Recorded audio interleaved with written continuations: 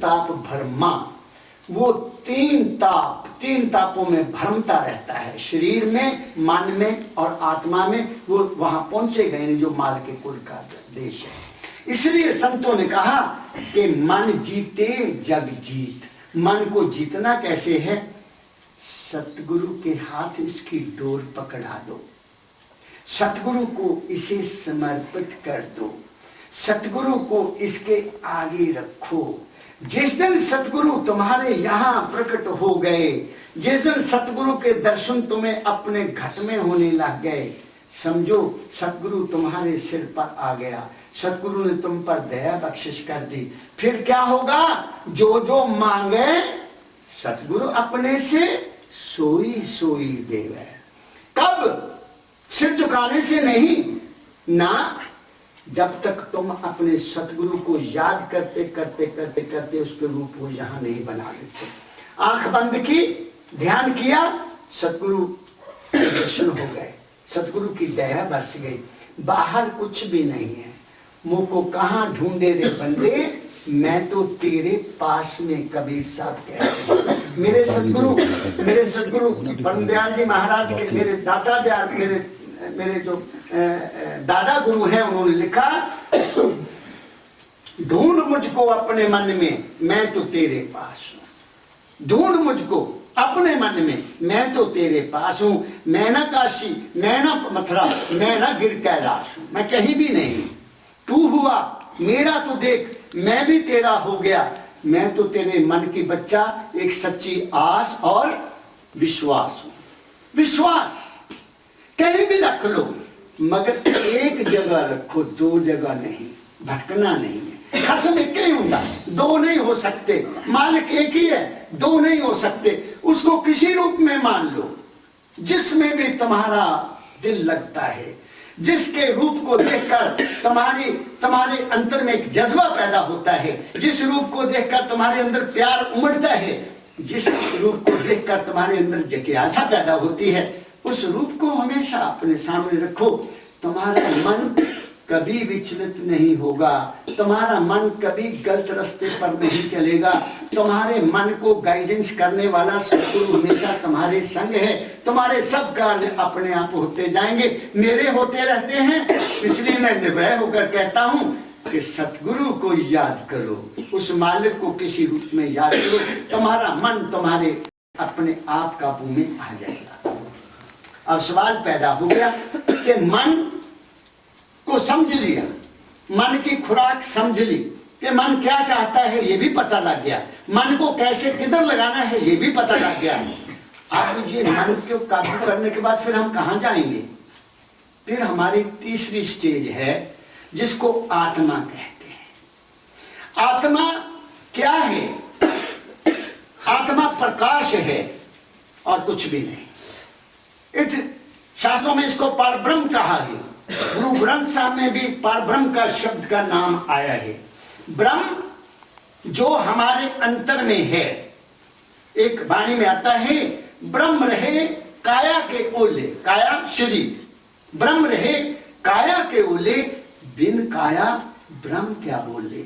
बगैर काया के, बगैर शरीर के ब्रह्म बोलता नहीं है। वो जब भी बोलेगा किसी न किसी चोले में आकर बोलेगा, किसी न किसी चोले में आकर साध संगत को संबोधित करेगा, किसी न किसी चोले में आकर दुखियों को दुख से बचाने का तरीका बताएगा। वो जब भी आएगा चोले में आकर कुछ ना कुछ कहेगा, लेकिन वो कभी क्लेम नहीं करता कि मैं क्या हूं। वो कहता है मैं दास हूं, मैं साध संगत का दास हूं, मेरा मुझ में कुछ नहीं, जो कुछ है सो तेरा, तेरा तुझको सौंपते क्या लागे मोरा। ये ऐसी हालत तब होती है जब असलियत का इंसान को पता लग जाता है। वो क्या है, जो लोग अभ्यास करते हैं, जो लोग उस मालिक को याद करते हैं सुबह शाम ऐसे बैठकर, वो नाम जपते जपते जपते एक ऐसी हालत में चल जाते हैं जहां प्रकाश ही प्रकाश होता है, वहां और कुछ है ही नहीं। वो आत्मनिष्ठी है, उसको आत्मनिष्ठी आदमी कहते हैं। कईयों ने क्या दिया, अहम ब्रह्मस्मि, मैं ही ब्रह्म हूं। वो बड़ी मूर्खता है, वो कुछ भी नहीं है। वो तो एक स्टेज है, वो तो एक ज्ञान प्रकाश की स्टेज है, वो तो सतगुरु की एक दया है, वो तो सतगुरु ने कृपा की कि वो तुम्हें दर्शन हो गए। वो तो सदगुरु ने आप सिर पर हाथ रखा कि तुम्हें पता लग गया कि तुम कौन हो। इसीलिए कहा है ज्योत में ज्योत मिल जाए, ज्योत में ज्योत मिल जाए। मन नहीं, जब तक मन है ज्योत में ज्योत नहीं मिलेगी। जब तक हमारे ख्याल हैं ज्योत में ज्योत नहीं मिलेगी। ख्याल जब खत्म हो जाएंगे तो ज्योत आएगी। तो अगर आदमी उस हालत में चोला छोड़ेगा तो कहां जाएगा? ज्योत में ज्योत जाकर समा जाएगी। कई लोग, कई संत महापुरुष जाते हैं ना, तो वो ये नहीं कहते कि वो मर गए ना, ज्योति ज्योत समा गए, ऐसा हम कहते हैं। वो समाये या नहीं समाये ये और बात है, लेकिन ऐसा माना जाता है कि जो संत है, जो महापुरुष है, जो उस प्रभु के साथ जुड़ा हुआ है, जो उस मालिक को याद करता है, उसका आत्म तत्व ज्योत में समाना चाहिए। अब ये बातें जो हैं ये केवल तब तक प्रचलित थी जब तक शास्त्र लिखे हुए थे, जब तक भागवत गीता थी, जब तक वेद थे, पुराण थे, शास्त्र थे।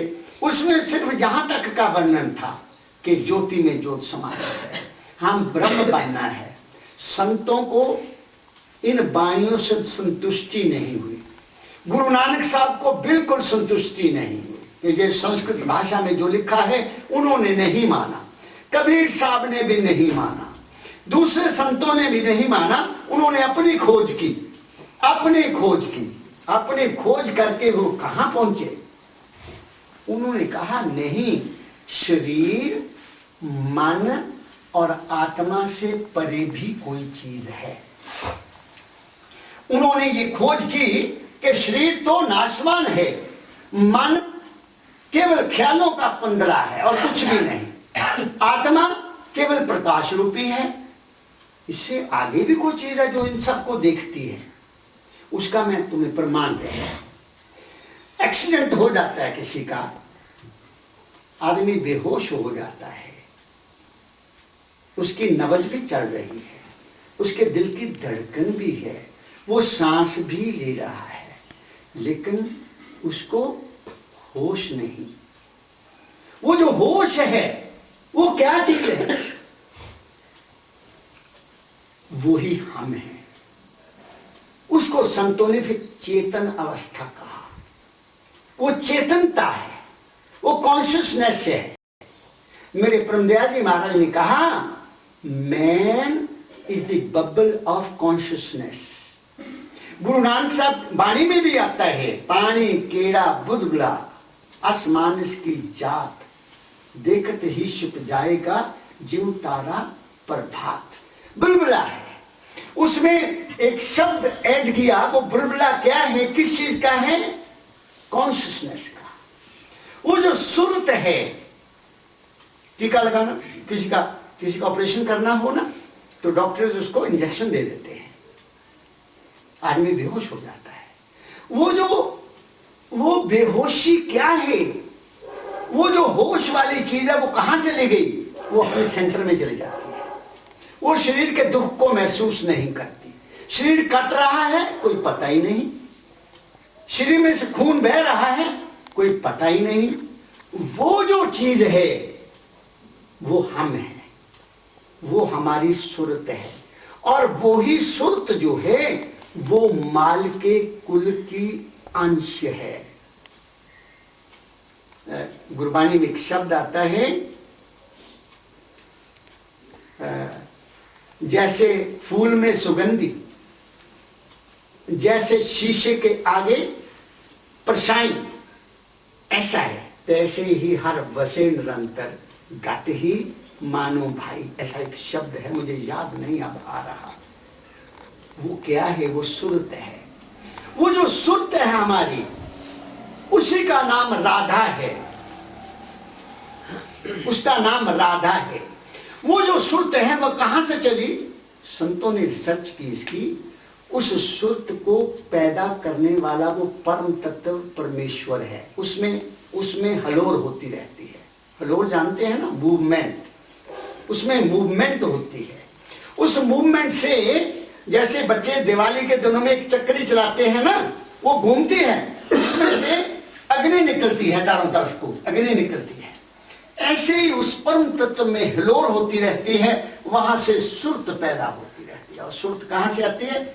आगे आती है, सूरज से उसको प्रकाश मिलता है, चांद से उसको वासना मिलती है, मंगल ग्रह से उसको मन मिलता है, बुध ग्रह से उसको बुद्धि मिलती है, और बृहस्पति ग्रह से उसको गुरु की दया मिलती है, शुक्र ग्रह से उसको संतान उत्पत्ति करने की शक्ति मिलती है। ऐसे ही जितने भी ग्रह ऊपर वाले हैं वो हमें कुछ ना कुछ देकर संसार में भेजते हैं, वहां से हम सब कुछ लेकर आते हैं और उसी रास्ते से हमको वापस जाना है।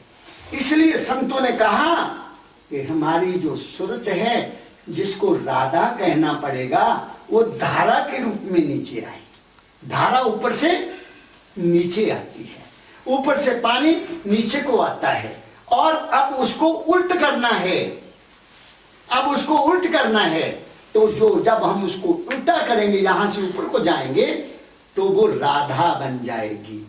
उल्टा करना है उसको, धारा को उल्टा करना है।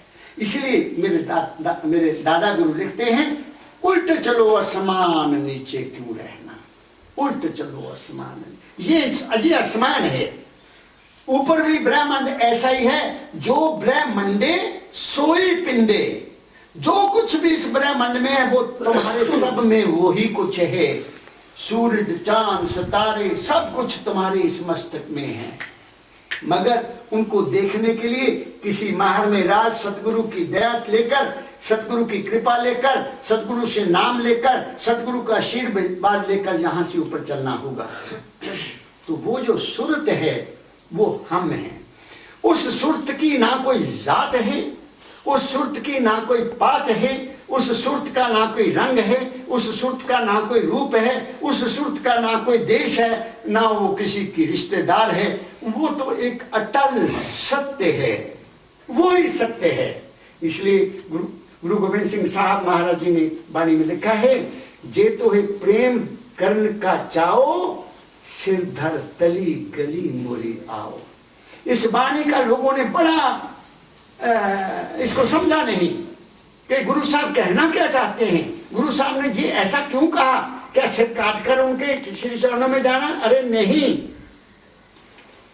इस मस्तक में जितने भी ख्याल उठते हैं, इस मस्तक में जितने भी फुरना उठते हैं, इस मस्तक में जो जो मन खेल खेलता है, उसको उठाकर सतगुरु के आगे अर्पण कर दो।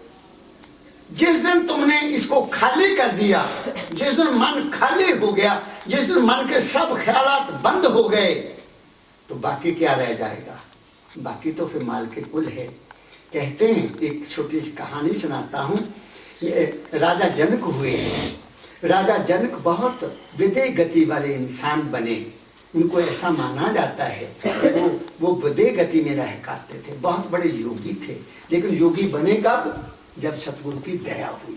हुआ यूं कि वो एक दिन सो रहे हैं, नौकर चाकर वजीर सेवादार हैं, सभी पंखे जला रहे हैं उसको, वो सो रहा है।